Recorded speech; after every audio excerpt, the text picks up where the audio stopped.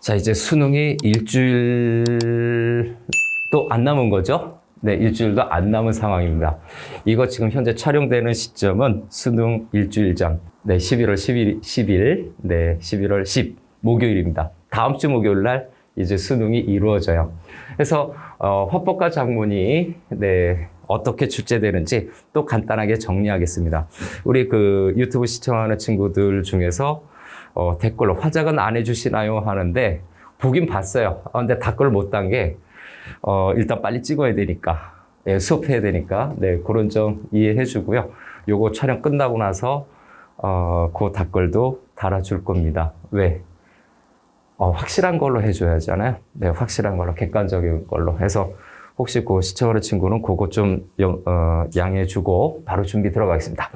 자, 화법과 작문인데 이 화작은 전체 11문제 출제가 되는 거 알겠죠? 그래서 11문제 출제가 되는데 그 중에서 출제되는데 그 중에서 구성되는 게 뭡니까? 화법이 처음에 3문제가 나오죠. 그래서 화법 3문제가 출제가 됩니다. 1번에서부터 3번으로 나오죠. 자, 근데 화법 3문제가 나오는 이 부분에서 주로 어떤 게 나오나요? 네, 발표가 압도적으로 많이 나왔어요. 네, 발표. 올해 2023 수능에서도 발표가 나올 것 같습니다. 자, 발표. 그리고 좀 번갈아 가면서 나왔었던 것이 뭐냐? 발표, 그 다음에 강연, 그 다음에 연설이 있겠죠. 연설, 요 3가지 종류로 봐야 되는데, 발표가 압도적으로 많이 나올 거예요. 그래서 발표, 그 다음에 그 이후에 기타 등등 나온 것은 뭐, 라디오 방송이라든가, 라디오 방송 등의 대화문이 좀 나온 것도 있어요. 네, 대화문. 방송글 같은 것도 좀 나올 수도 있고요. 또는 대화문도 나올 수가 있다라는 거죠. 그래서 올해 수능은 지금 올해 6월과 9월에 출제됐었던 평가원 모의고사도 발표했어요. 아마 그 규칙을 거의 지키지 않을까라고 생각이 듭니다. 그래서 일단 그 9월에 나왔던 건 종자 보존이죠. 그래서 22 수능부터 시작해서 올해 6월과 그 다음에 9월에 출제가 됐습니다. 모의고사가 8월 31일 날 치러졌지만 9월 평가원이라고 할게요. 다른 연도들은 다 9월에 나왔으니까. 그래서 발표가 올해 나올 것이다. 일단 9월에는 종자 보존으로 나왔고 그 다음에 6월에는 텃밭에 관련된 내용으로 좀 나와 있었고요. 다음 수능에서는 17세기의 2가지 음식 DB방이라고 하죠. 네, 그것이 출제가 된 걸로 봐서 발표가 나올 것이다. 그러면 조금 더 보면 요거는 이제 그 최신으로 좀 적은 거고 조금 거슬러 올라가면 2021학년도 수능과 관련된 21학년도 수능과 관련된 거죠. 22년도를 좀 볼까요? 수능 이전에 일단 22학년도 6월에는 강연이 나왔어요. 그래서 요거는 22예요. 22 6월에 나왔죠. 22 6월에 출제가 됐고 라디오 방송인가요? 네, 라디오 방송에 대해서는 22년 9월 평가원에 출제가 됐습니다. 요렇게 출제가 돼서 수능 때는 발표가 나왔어요. 즉 22학년도 작년이죠. 작년 6월에 강연이 나왔고 작년 그 9월에는 라디오 방송이 나왔었습니다. 요게 나왔는데 결국 수능에서는 발표를 내더라. 근데 올해는 발표를 계속 냈으니까 그냥 그대로 쭉 갈 것 같아요. 네, 좀 더 거슬러 올라가 볼까요? 21학년도 통합수능은 아니지만 21학년도 수능을 보니까 역시 발표입니다. 그래서 여기 21 수능은 발표. 수능은 역대 계속해서 발표를 거의 빠짐없이 냈다라고 생각하면 돼요. 21 수능이 그러했고, 그 다음에 21학년도, 9월이죠.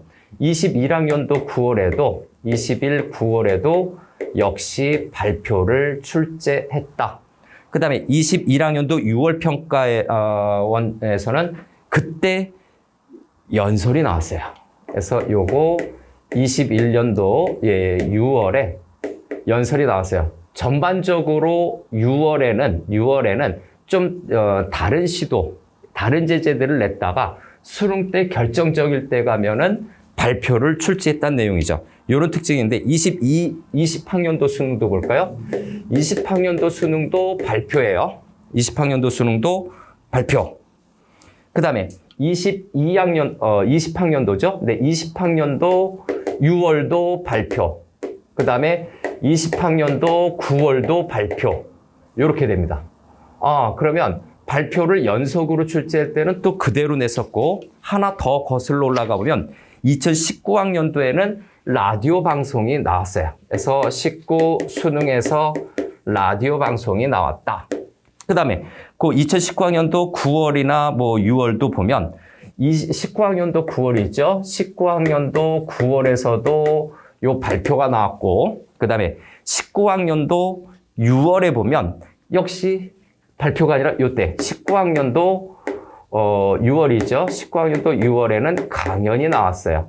즉 최근에 나왔었던 여러 가지 평가된 모의고사들을 봤을 때 이 발표 부분이 압도적으로 많다라는 거죠. 올해 수능도 당연히 발표라고 예상하면 되겠습니다. 자, 화법은 이렇게 되죠. 그러면 화법인데 이 화법의 문제 유형은, 문제 구성은 어떻게 될 것인가? 요게 또 우리가 관심을 가져야 될 내용이죠. 자, 문제 구성은 일단 첫 번째 문제인데, 문제 구성의 첫 번째 35번일까요? 네, 35번은 말하기 방식을 당연히 물어볼 겁니다. 발문에 말하기 방식으로 적절한 것은 어떠한 제재이든지 간에 여기에 언급된 이 제재들이 발표, 강연, 연설, 라디오 방송, 이 대화문까지 말하기 방식을 첫 번째 물어볼 것이다. 네, 지금 정리된 자료 보면 그거 있죠? 다음에 36번 같은 경우는 자료 활용이겠죠. 그래서 36번은 가장 유력한 첫 번째 문제 형태는 자료 활용입니다. 네, 자료 활용 문제가 나와서 뭐 그림이라든가 또는 그래프라든가 어떤 그 자료를 좀 활용하겠죠. 또는 무슨 계획, 뭐 발표 계획이라고 할까요?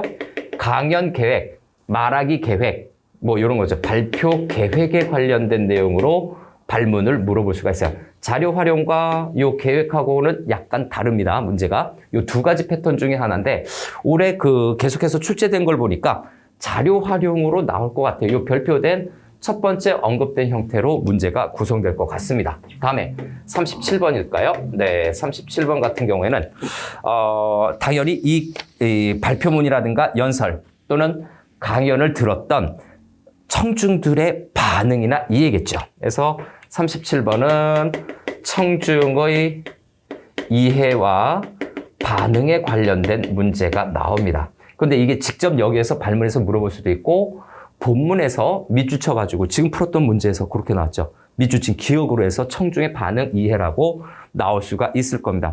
이거는 어떻게 대비를 하느냐? 여러분들 그동안 풀었던 6월, 9월 또 전년도 수능 기출문제 거기에 선택지의 내용들을 좀 보세요. 지금 여기 지금 보고 있는 요 선택지의 내용들을 저 면밀히 봐서 여기에 결과 서술어, 주어, 목적어 사이에 있는 개념어들, 명사어들은 빼고 서술어라든가 장르적인 특징을 언급한 내용을 다시 한번 눈여겨 봐두세요. 이런 표현들의 단어를 쓰는구나 라고 하는 걸 좀 보고 또 보기가 구성이 되겠죠. 그래서 여기 문제 구성을 보면 요 36번 문제 같은 경우에는 네, 보기 형태가 있을 거고요. 청중의 이해 반응도 역시 보기 또는 읽기 글이 분명히 있는 형태가 될 겁니다. 그래서 화법 11문제는 총 3문제가 출제가 될 건데 올해는 발표가 그대로 나올 것 같다. 발표문의 중심 화제, 어디 첫 문단에서 확인을 해라. 마지막 마무리 부분에서 그 중심 화제에 대해서 어떻게 마무리하는지 그걸 읽고서 문제 보면서 필요한 부분들 읽어보면 되겠죠. 자, 그렇게 해서 보는데 발표문은 1인 대담이에요. 한 명이 이야기하는 구조다라고 알아두면 되겠습니다. 다음, 두 번째는 여러 문제에서 화법과 작문이 같이 엮여 있는 구조겠죠. 화법 플러스 작문 영역에 해당이 되는데 요것이 4문제가 나오나요? 5문제가 보통 4, 5문제가 아마 나올 거라고 예측이 되죠. 그래서 3, 5, 3 구조일지 또는 362 구조일지 353 구조라고 봐야 되죠. 그래서 여기에는 보통 전반적으로 요거 좀 밑으로 할까요? 네, 밑으로 해서 화법과 작문은 옆에 먼저 쓰면 네, 총 5문제가 출제된다라고 보면 되겠죠. 약간 문제를 줄일 수는 없고 한 문제 더 늘리는 방안도 가능은 하겠죠. 그럼 뒤에 작문 파트에서 2문제밖에 안 물어보는 건 좀 너무 문제가 될 것 같아요. 매체 파트에서는 마지막 3문제가 2문제로 줄을 수가 있지만 화작은 3, 5, 3이라고 기억하면 되겠습니다. 네, 5문제가 출제가 되겠죠. 5문제가 출제가 되는데 저기에서부터 체크해 본 거 EBS 연계되느냐 안 되느냐는 한 부분은 연계가 됩니다. 주로 어디가 연계가 잘 되느냐? 요 화법 작문 파트에 해당되는 중간 부분이 아니라 저 첫 번째 부분이 주로 잘 연계가 돼요. 아니면 마지막에 작문 파트가 연계가 잘 되는데 그건 다시 한번 정리하겠습니다. 그래서 화법과 작문 5문제인데 그럼 어떤 문제가 나오는가? 일단 여기에 대한 것은 여러 가지가 나옵니다. 역대 수능에서 나온 걸 보면 20학년도 수능도 있죠. 예, 토론이 가장 일감이겠죠. 토론이 나올 수도 있고 또 토의가 나올 수도 있고 그 다음에 네, 협상이 나올 수도 있고요. 그 다음 쭉 좀 밑으로 해서 면접이 나올 수도 있습니다. 면접이 나올 수도 있고 그 다음에 일반적인 대화이겠죠. 대화문이 나올 수도 있는 등 등등등의 추가적인 내용이 있을 텐데 보통 올해 수능에서는 아마도 대화나 면접, 그죠? 대화, 면접, 협상 요 정도 나오지 않을까. 토의는 조금 모르겠어요. 토론은 2020학년도에 출제가 직접 됐기 때문에 아마 요 3가지 라인에서 걸쳐서 나오지 않을까라고 조심스럽게 예측을 합니다. 그럼 일단 언제 뭐가 출제됐는지를 또 한번 여기 체크해 보겠습니다. 일단 화법과 작문에서 보면 뭐 토의 토론, 협상, 면접, 대화 뭐 요런 것들인데 요것보다는 출제되는 형태가 너무 좀 다양해서 요 제재를 예상하는 것보다 어떠한 문제로 물어봐졌느냐 그 문제 구성을 먼저 좀 하고 나서 앞에 걸 짐작하는 것이 나을 것 같습니다. 그래서 문제 구성 총 5문제죠.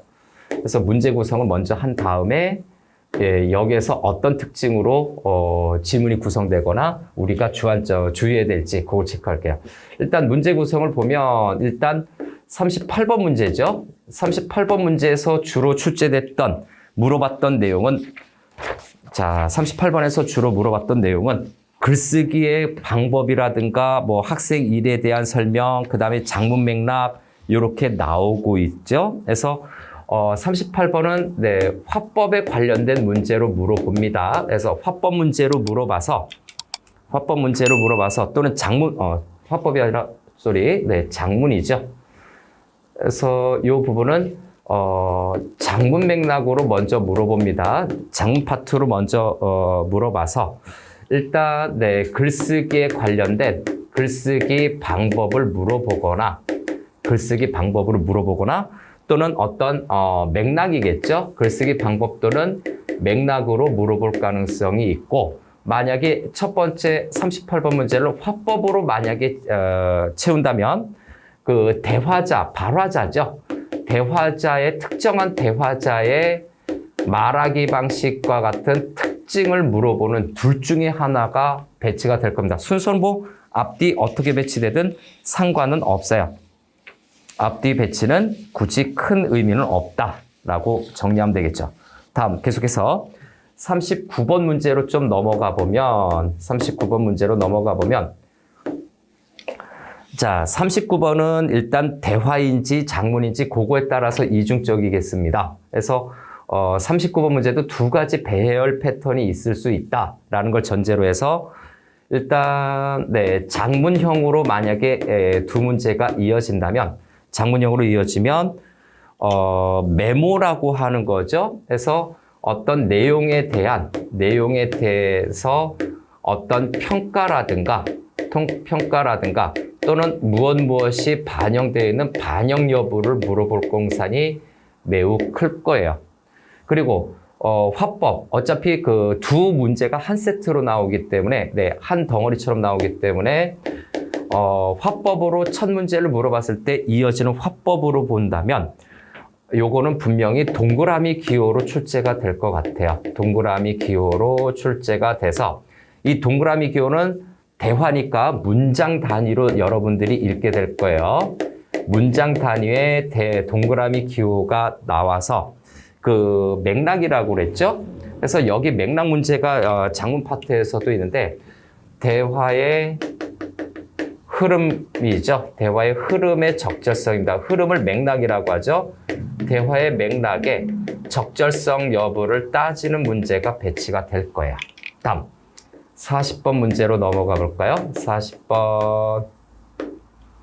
자, 40번 세 번째 문제죠. 40번 문제에서는 뭐 그동안 쭉 출제됐던 패턴이 다 정해져 있고 화법과 작문 같은 경우에 크게 문제 배열이 벗어나거나 독특하지는 않을 것 같아요. 어떠한 질문이 들어가서 어떠한 내용으로 물어봐 주느냐. 그 1, 2, 3, 4번 선택지라든가 보기의 내용에 좀 조심을 하면 될 것 같습니다. 자, 40번에는 저기 장문 파트로 먼저 좀 정리를 하면 네, 장문이 먼저 나올지 또는 화법이 먼저 나올지 앞에 화법이 먼저 나왔다면 장문이고요. 요거 순서를 좀 바꿀까요? 순서를 바꾸면 장문이 먼저 처음 두 개 깔리면 그 다음은 화법으로 아마 바뀌게 될 겁니다. 후반부 두 문제 정도가 또 화법으로 바뀌게 될 텐데 자, 장문 첫 스타트로 갔을 때 두 문제가 연속으로 장문이었을 때 화법으로 나오는데 자, 화법으로 나오게 되면 어떤 아까 얘기했던 어떤 특정 대화자죠. 에서 특정 대화자의 또 대화자보다 발화자라고 합시다. 특정 발화자에 대한 어떤 특징입니다. 특정 대화자에 대한 어떤 특징을 다시 묻는데 요거를 설명이라고 발문해서 표현할까요? 특정 발화자에 대한 설명 형태로 문제를 물어봐 줄 것이다 라고 보면 되겠습니다. 그래서 발화자의 특징이죠. 그래서 특정 발화자의 설명 또는 특정이 아니라 전체죠. 전체 발화자의 말하기 방식이라든가 또는 대화에서 내용 전개의 특징이 뭐다라고 해서 설명, 그 특징을 전체 발화자가 어떻게 이야기를 했는지 전체 발화자, 학생 1, 2, 3 이런 식으로 다 1, 2, 3, 4, 5번 선택지에 채우는 방식의 문제가 나올 수도 있어요. 그런데 만약에 화법이 먼저 깔려서 장문으로 세 번째 40번 문제를 채우게 된다면 그때는 아마 이렇게 내지 않을까라고 생각하는 것이 그 대화 내용과 대화에 관련된 그 내용이 초고에 반영이 됐느냐 초고가 반영된 여부를 물어볼 수도 있습니다. 근데 이 대화의 내용이 초고에 반영된 여부는 그 초고를 먼저 읽든 대화를 먼저 읽든지 간에 양쪽의 내용을 비교해야 됩니다. 그래서 대화의 내용이 여기에 보통 반영이 되는 이런 방향으로 지금 문제를 풀어야 되는데 이때는 전략적으로 초고를 먼저 정리해 놓은 다음에 대화를 읽으면서 그것이 있는지 없는지 그때그때 확인하는 방식. 근데 이것이 좀 불편한 친구는 차라리 대화를 읽어가면서 초고에서 뭐가 빠져 있는지 그 부분을 찾아서 분석하는 방식. 어떤 거든 상관이 없어요. 대신 시간 스피드는 좀 빨리 늘려줘야 됩니다. 즉 시간을 좀 짧은 시간 내에 정확히 풀 수 있는 그 훈련은 돼야 돼요. 그래서 그거에 연두해둬서 그런 방식으로 풀게 되면은 아마 정답은 찾을 수 있는데 시간을 많이 끌느냐 끌지 않느냐 그게 승부가 될 겁니다. 시간 승부에 들어가 될 문제 중에 하나다. 40번은 시간, 40번 유형이 만약에 이렇게 나온다면 시간에 주의하라. 풀어내는 시간에 주의하라. 이렇게 얘기할 수 있겠네요. 다음에 계속해서 41번 문제로 갈까요? 41번. 이제 네 번째 문제에 해당이 되는 건데 네 번째 문제에 해당되는 것은 장문의 성격이 강한 내용을 물어볼 거예요. 그래서 여러 가지 내용인데 41번 문제는 크게 두 가지로 볼 수가 있습니다. 일단 동그라미 기호가 나오겠죠. 동그라미 기호가 나오면서 그죠? 네, 그 동그라미 기호에 대해서 그것을 이해를 한다든가 아니면 거기에 그 대화의 어떤 전반적인 흐름으로 들어갈 때 적절한 내용이죠. 적절한 내용이 무엇인지 어떤 빈칸에 들어갈 내용이죠. 적절한 빈칸에 들어갈 내용 또는 빈칸처럼 들어가야 될 내용인가요? 네, 그런 내용을 물어볼 수도 있고 아니면 네, 장문 형태가 좀 강하게 되면 요거 화법 장문 요 형태 배열이에요. 그래서 화법에 관련된 형태면 이렇게 되고 장문의 형태로 문제로 구성을 하게 되면은 당연히 조건에 맞는 표현이 나오겠죠. 조건에 맞는 표현 형식으로 나올 겁니다. 이게 압축하는 거라서 문제 배열이 됐을 때 핑퐁 두 개가 다 나온다는 게 아니에요. 첫 번째 줄이 나오면 이런 식으로 구성이 된다는 내용이고 만약에 두 번째 줄로 만약에 문제가 시작이 되면 두 번째 줄끼리 몰아서 보는 거예요. 네, 이렇게 봐야 돼요. 그래서 조건에 맞는 표현인데 이 조건에 맞는 표현은 우리 그동안 열심히 공부했었죠. 조건에 맞는 표현은 외적인 조건과 외적인 조건을 갖고서 어떻게 하라고 선택지의 오답을 제거해야 됩니다. 선택지의 오답 제거. 보통 두 개가 남게 될 거야. 그래서 내적, 의미적 조건이죠. 주제라든가 어떤 글쓴이의 의도 뭐 이런 걸 얘기할 때죠. 요거는 나머지 두 개 선택지에 대해서 정답을 결정하게 되는 요소가 될 겁니다. 이게 전통적인 출제 방식이었어요. 그래서 41번까지 이렇게 정리했고요. 그 다음에 42번으로 정리를 들어가겠습니다. 자, 42번에서 주로 출제되는 방식은 역시 또 두 갈래로 나오나요? 네, 두 갈래로 나오는데 보통은 42번은 초고에 관련된 내용이겠죠. 그래서 초고와 관련돼서 뭐 내용 점검도 나오고 이번에 좀 급진적인데 그래서 가장 일반적인 거는 장문 파트가 있고 화법 파트가 있어요. 장문 파트는 고쳐쓰기 부분이 나올 수 있습니다. 이 고쳐쓰기는 저 앞에 39번이나 40번 사이에 배치할 수도 있어요. 순서는 반드시 이 순서가 아니라 앞뒤 순서는 다소 조정을 할 수 있다라는 얘기죠. 그래서 고쳐쓰기인데 이 고쳐쓰기 부분은 여기 조건에 맞는 표현과는 좀 달라요. 좀 약간 문법적이라고 해야 되나요? 네, 적절한 건데 그런데 이 고쳐쓰기 부분은 조건에 맞는 표현뿐만이 아니라 보통 이 고쳐쓰기는 마지막 문단 부분이죠. 마지막 문단에 대해서 물어보면서 플러스 또 뭐가 됩니까? 선생님의 조언이라고 하는 예시 형태로 나오죠. 요거랑은 좀 다르게 요거는 뭐 비유법이 있어야 되고 어떤 주제에 관련돼서 뭐 어떤 것이 반영된다 이런 게 있다면 요거는 선생님의 조언 형태와 마지막 문단 고치기 관련된 내용으로 요런 형태로 패턴이 좀 굳어진 것 같아요. 고쳐쓰기가 나오면. 그래서 요런 형태가 나오거나 만약에 화법이 나온다면 올해는 요 부분이 신유형이 될 가능성이 높습니다.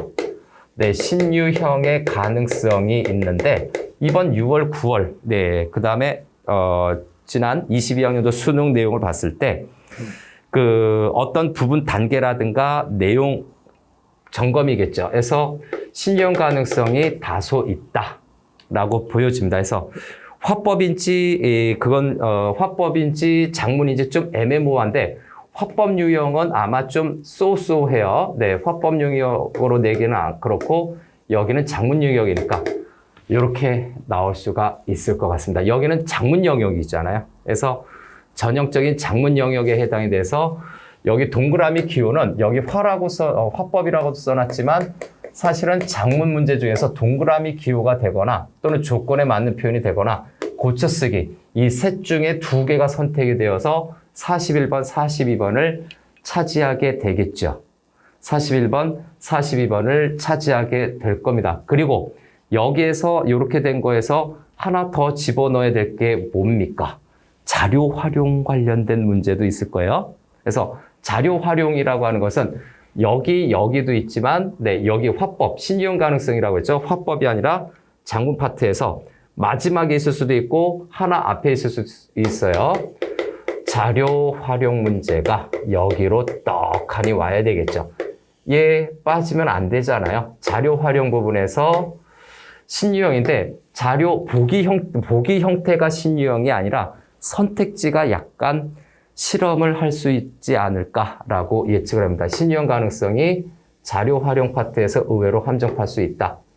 그래서 자료 배합을 가나다, 근데 거기에 쓰여진 그 접근법이라든가 활용법에서 표현을 약간 바꿀 수도 있을 가능성이 있다. 여기가 바로 장문 영역, 화법과 장문이 겹치지만 장문에 좀 치우친 문제의 영역이다라고 보면 되죠. 앞부분이 화법이 강한 부분이었으니까. 그 다음에 오리지널 장문 영역으로 좀 갈까요? 요거 뒷부분에서 나오는 건데. 그래서, 신유형 자료 활용이고, 여기에서. 다음에,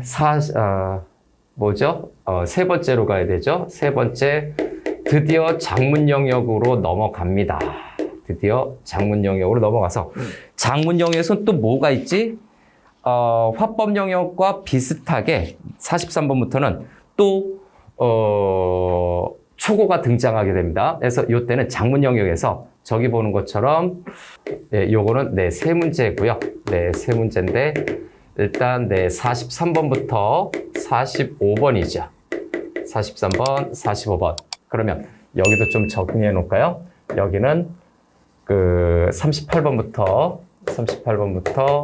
42번이죠. 자, 요렇게 이제 나뉘게 되는데 우리 앞부분에서 요거 좀 정리 더 해야 되죠. 그래서 토론인데 토의 토론 부분이라든가 이런 부분이 올해 좀 안 나올 것 같은 이유가 뭐냐? 이 토론 문제가 20학년도 수능에 출제가 됐어요. 그래서 20학년도 수능에서 토론과 주장이 나와 있었죠. 그래서 토론이 20 수능에서 출제가 한번 됐었고 20학년도부터 슬슬 살펴볼까요? 그 다음에 21학년도 수능에서는 대화가 나와 있었습니다. 21학년도 수능에서는 대화문이 출제가 됐었고 22학년도 수능은 또 뭐가 나왔습니까? 22학년도 수능에서는 역시 대화가 나와 있었는데 여기가 토의였습니다. 그래서 다시 한번 22학년도 수능에서 그죠?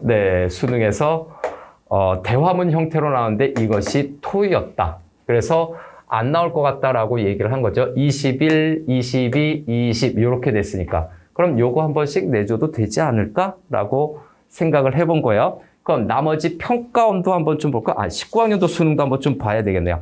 19학년도 수능에서도 역시 여기에서 회의하는 것이 나와 있어요. 그래서 19학년도 수능을 토의로 볼 것이냐, 대화로 볼 것이냐라고 하는 건데 토의가 19 수능 여기에다 넣을 수도 있겠네요. 회의, 대화일 수도 있고 토의일 수도 있는데 회의니까 토의라고 한번 좀 보겠습니다.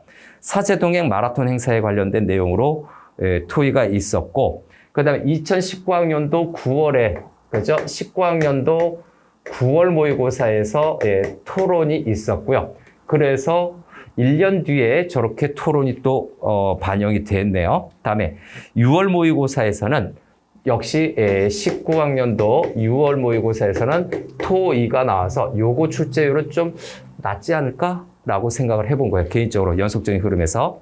그 다음에 2018학년도 수능이죠.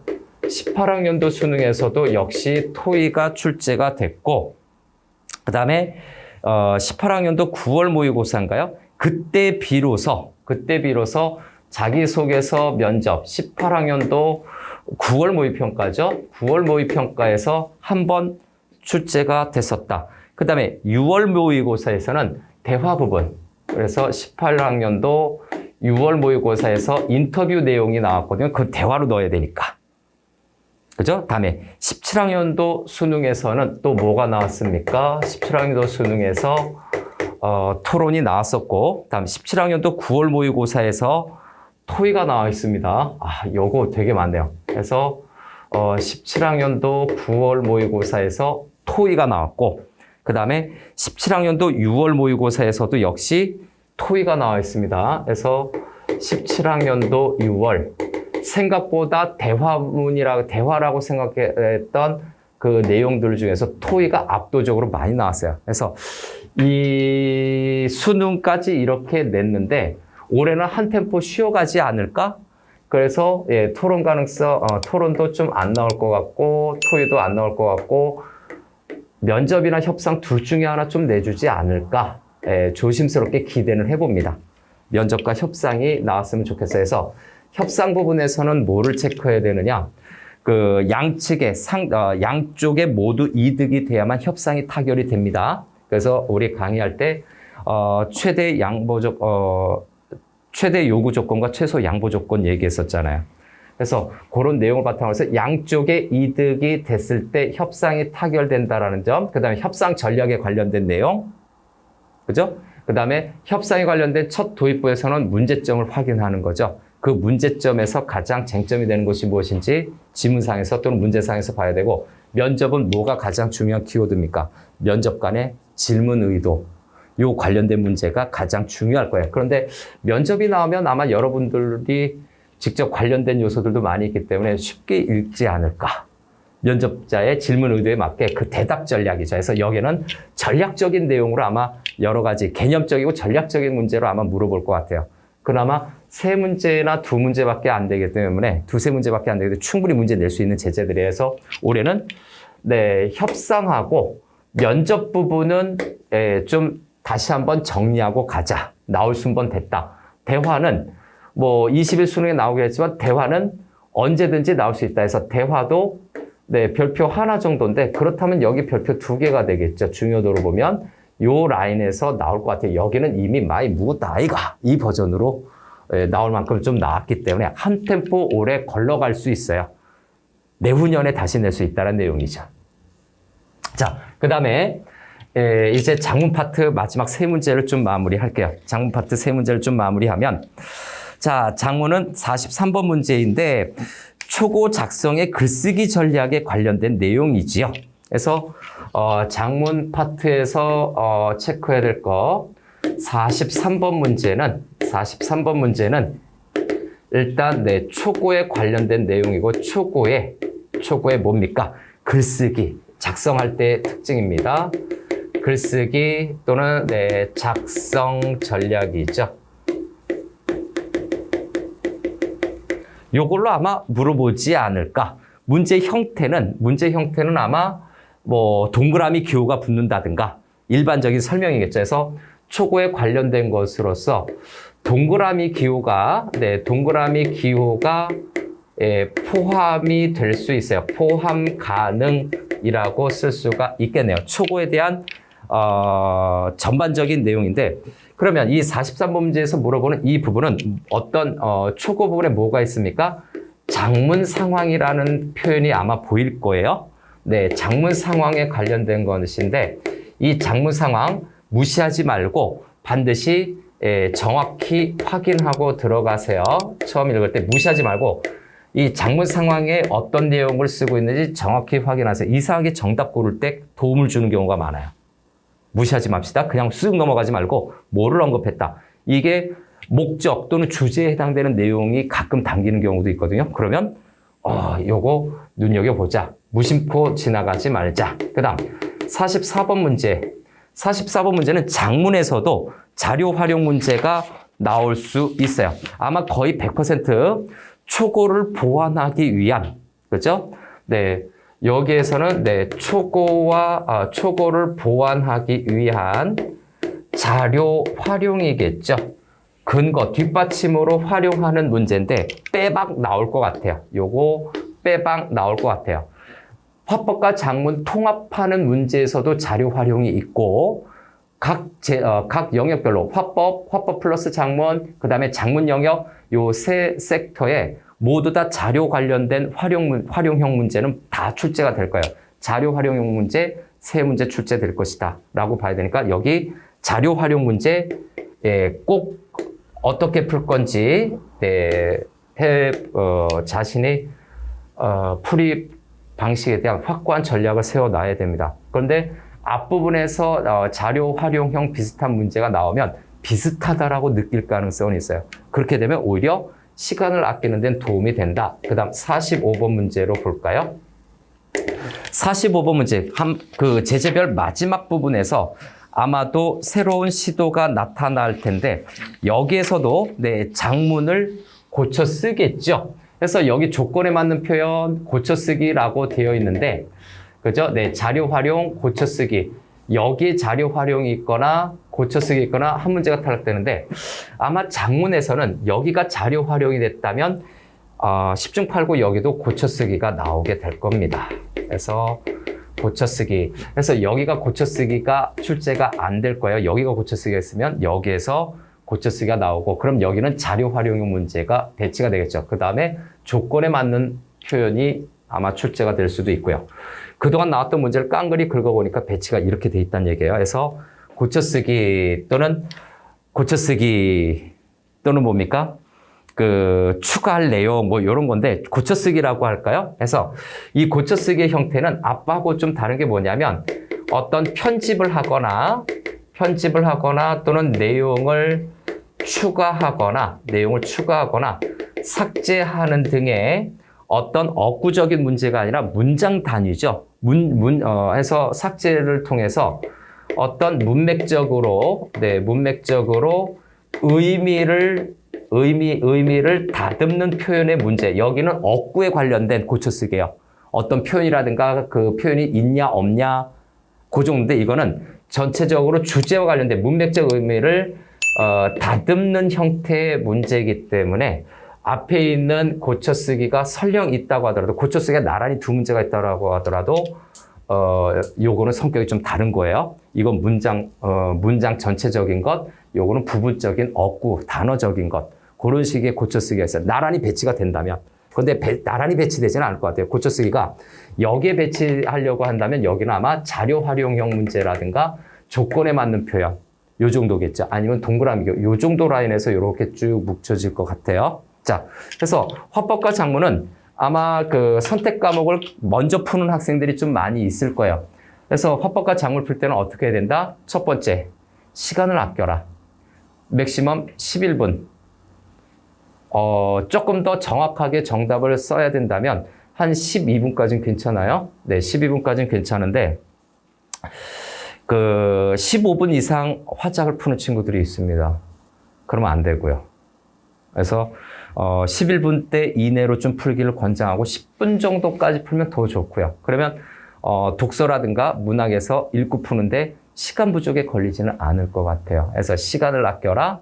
그 다음에 어차피 나올 만한 문제 유형 패턴은 이미 정해져 있으니까 이 문제 유형 패턴을 읽어서 첫 번째 발표, 두 번째 면접이나 협상, 세 번째는 이제 장문 초고가 분명히 나오는데 첫 번째는 말하기 계획 이미 얘기했어요.